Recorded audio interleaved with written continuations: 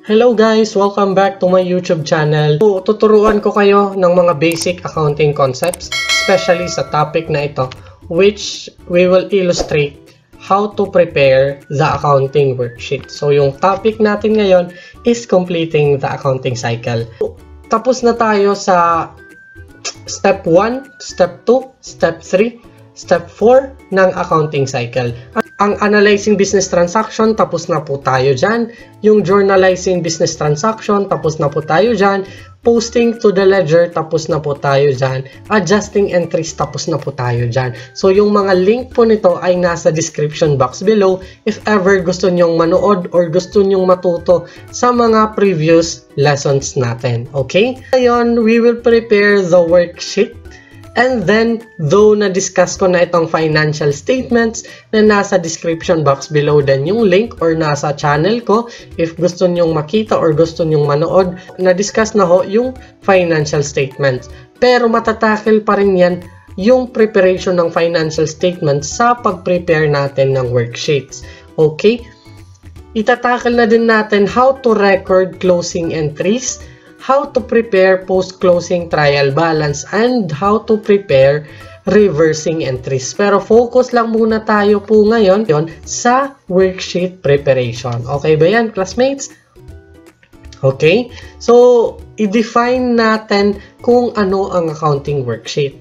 Ang accounting worksheet is a multi-column document that helps move data from the unadjusted trial balance papuntang financial statement. So, prepare ito at the end of the accounting period but before adjusting entries. Bakit? Kasi pag nag-prepare ka ng worksheet, dito mo sinasama yung pag-analyze na ng adjusting entries. Okay?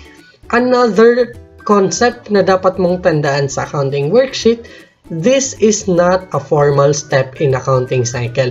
So, optional lang po siya ang pag-prepare ng accounting worksheet. This is to have the conveniency. Pag mag-prepare na tayo ng financial statement, mas convenient po siya kung gagawa tayo ng accounting worksheet. Okay? So, ginagamit lang po yung accounting worksheet as an internal purpose only. So, it is used for internal purpose only. Bakit? Kasi tayo lang naman yung gumagawa nito and hindi dito ay interesado yung users of financial statements like si stockholders, employees, lenders, suppliers, wala silang pakialam sa worksheet na ito. So, it is only an internal purpose document but tayo nag-prepare to have the convenience kung mag-prepare na po tayo ng financial statements. Okay? So, accounting worksheet, though not essential, pero labis na makatutulong sa mga accountants na kagaya natin or future accountants kagaya mo na i-work out ang details ng end of the end period or end of the period adjustments. Okay, na-discuss na natin yan sa adjusting entries. Pinaka-tricky lang dito is yung pag-analyze ng adjusting entries. Di ka na mahihirapan kasi meron na tayong video para dyan na nasa description box below. This is an example of an accounting worksheet. So, ito po yung nabibili natin sa bookstore or sa mga tindahan malapit sa eskwelahan natin. So, this is a columnar na tinatawag or sinasabi ding accounting worksheet or worksheet. Okay? So, tuturuan ko kayo on how to prepare an accounting worksheet. Okay? Yung una na dapat tandaan mo na naka-highlight sa blue box na nasa screen natin ngayon is dapat ilagay mo muna yung company name, worksheet, tapos yung date sa baba. Okay? Company name muna sa taas, example, do.company, tapos sa baba, worksheet, tapos sa pinakababa, lagyan mo ng year end or for the year ended December 31 or December 31, 2020 if 2020 yung year na pinapahanap sa inyo. Okay? So, punta tayong next. Yung next dito na ilalagay mo is the account number.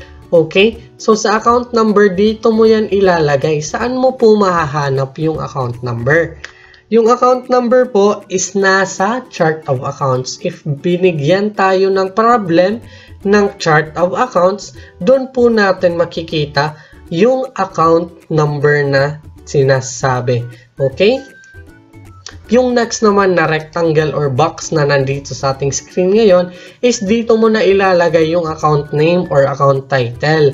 Example, yung mga assets, liabilities, and other accounting titles po. So usually or dapat po yung accounting titles is naka-arrange siya based sa ating equation na assets is equal to liabilities plus equity plus revenue minus expenses. Dapat naka-arrange po siya based sa ating basic accounting equation. Okay? So, makikita mo naman yan, di ba? Assets, liabilities, equity, revenue, and expenses. Minsan po si professor, kailangan may mga label na current assets, non-current assets, current liabilities, non-current liabilities, equity, etc. So, yung iba naman, dinidiretso yung mga accounting titles, linilista lang kaagad lahat. Basta, naka-arrange lang siya. Not considering pa yung adjusting entries na ilalagay natin sa pinakababa. Okay? Yung next naman na column or yung first and second column na ilalagay natin is the unadjusted trial balance. Ano po yung unadjusted trial balance? It contains all the company's assets, liabilities, yung mga expenses, and revenue accounts, which is concerned in a year. So, for the year lang po dito, pag assets ay assets, liabilities, and equities dapat cumulative po. Dapat yung revenues and expenses is non-cumulative. Okay, so may rule tayo na diniscuss na previously. Dapat yung trial balance, the debit total and credit total must be equal. Yung next natin na column, which is column number 2 and 3, is ilalagay na natin dito yung ating adjustments.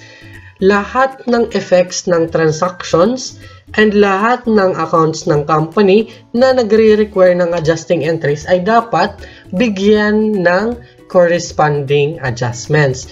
Okay, so lahat ng mga affected na accounts sa ating mga adjusting entries ay dapat mabigyan ng corresponding entry or amount dito. Okay? I-make sure mo ulit yung adjustments column, which is 3 and 4. Dapat yung debit and credit niya should be equal or should be in balance. Okay? Dapat mong tandaan yan.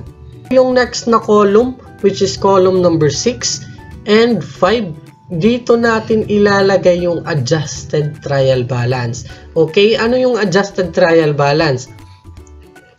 Adjusted trial balance will be prepared by combining the entries in the first two columns natin. Yung first report natin, which is the unadjusted trial balance, and the adjustment column is ipapasok mo na at i-effect mo na lahat ng mga effects ng transactions, tapos i-combine mo na sa adjusted trial balance. Okay? Combining the two makes adjusted trial balance, tapos may rule tayo ulit na debit should be equal to credit kasi trial balance yan. Dapat balance yung debit tsaka credit natin. Okay?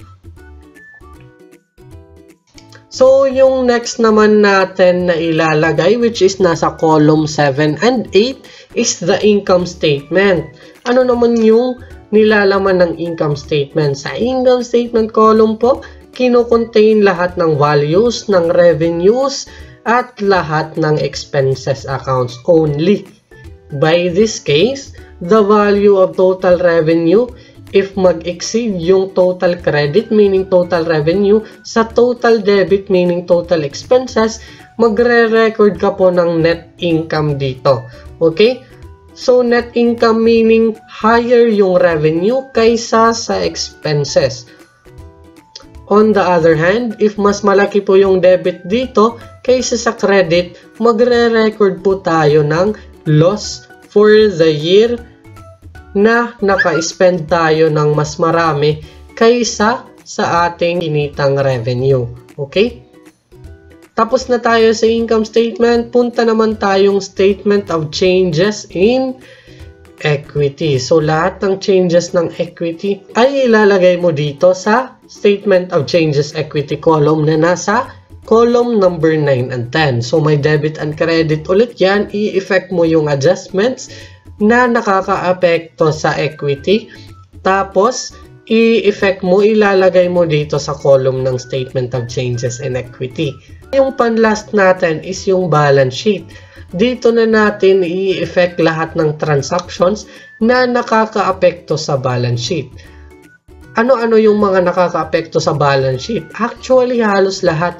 Specifically or most importantly dito sa adjustment column and then dito sa income statement column, in which yung mga effects sa net income ay ipapasok na natin doon po sa balance sheet. Madali lang yung pag-prepare, di ba, ng accounting worksheet. It will take time, especially if manual tayo, but accordingly or later ay masasanay ka din at hindi ka na magkakamali as long as you have the guide in preparing the accounting worksheet. Okay?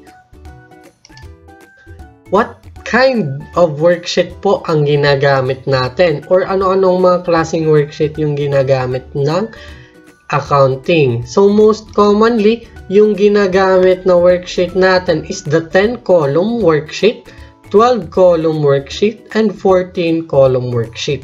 Okay? So, hindi pa po ako nakatry ng 14-column, but the 10th column and 12th column ay na-try ko na. So, yung 10 column po, mainly, kinocompose siya ng unadjusted trial balance, adjustments, adjusted trial balance, income statement, tsaka balance sheet. Okay, habang sa 12 column naman, may idadagdag tayong isa, which is statement of retained earnings. Okay, pag 14 column, I think yung idadagdag dito ay ang statement of changes in equity na. Okay, yung mga advantages, ba't tayo gumagawa ng worksheet? Okay, gumagawa yung mga accountants kagaya namin or future accountants na kagaya mo ng worksheet. This is to help you in completing the process of preparation of the financial statement, which is step by step. Nakita natin kanina, step by step siya. Every column has its own step. Okay? It is one of the essential tools na ginagamit to develop the income statement natin and para mag-prepare tayo ng balance sheet ng company. Uulitin ko po, hindi siya compulsory, meaning hindi siya required, but it is only an optional step, pero it is so beneficial or lubos na nakakatulong pag mag-prepare na tayo ng financial statements. Okay? Also, ini-ensure yan ni bookkeeper na walang naiiwan o walang nakakaligtaan or walang nakakaligtaang adjustments or accounting entries na nasa libro natin, kasi dapat yung lahat ng adjustments and lahat ng transactions naka-record yan sa ating journal entries. Okay? Para hindi na mahirapan kung meron tayong mga adjusting events. It provides din ng information about the financial health ng company, kasi ikaw nga na yung mag-prepare ng accounting worksheet, tapos actual financial statement pa yung ginagawa mo.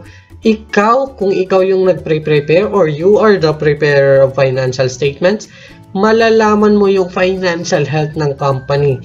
Kahit hindi pa buo yung income statement or financial statement, makikita mo pa lang if maraming mali sa adjusting entries, you have that implication na yung company is maraming maling ginawa or meron talagang mga adjusting entries na kailangan i-adjust. Ano naman ang limitation ng accounting worksheet? Ba't siya may limitation?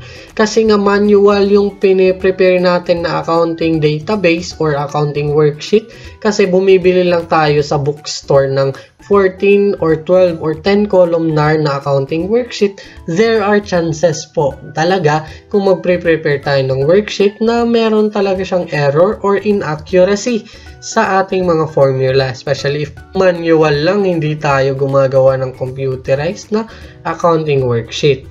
So, necessary talaga na ang person or you as an accountant must carefully review the transactions or the worksheet before relying on the summary total of it. Okay, so dapat iwasan mo or dapat malaman mo yung mga inaccuracies sa formula para hindi ka malito at hindi na siya ma-effect sa other accounts, kundi doon pa lang sa adjusting entries, lahat ay nakita mo na or lahat ng mga transactions are accounted for accordingly.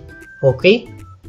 So conclusion natin, a worksheet is a useful tool in order to ensure that the accounting entries are correct and all the accounts of the accounting records are shown in the accounting worksheet, at least one of the columns. So isa itong essential step para mabawasan natin yung errors ng company when it comes to financial statement preparation. Ang pangit naman kasi kung magpre-prepare tayo ng financial statements na marami pong errors kasi pinapakita natin yan sa lenders, suppliers, even investors natin, and the accounting or the other public users ay nakakakita po ng financial statements natin. So dapat yung financial statements are very well prepared and well accounted for yung mga transactions na nangyayari. Okay?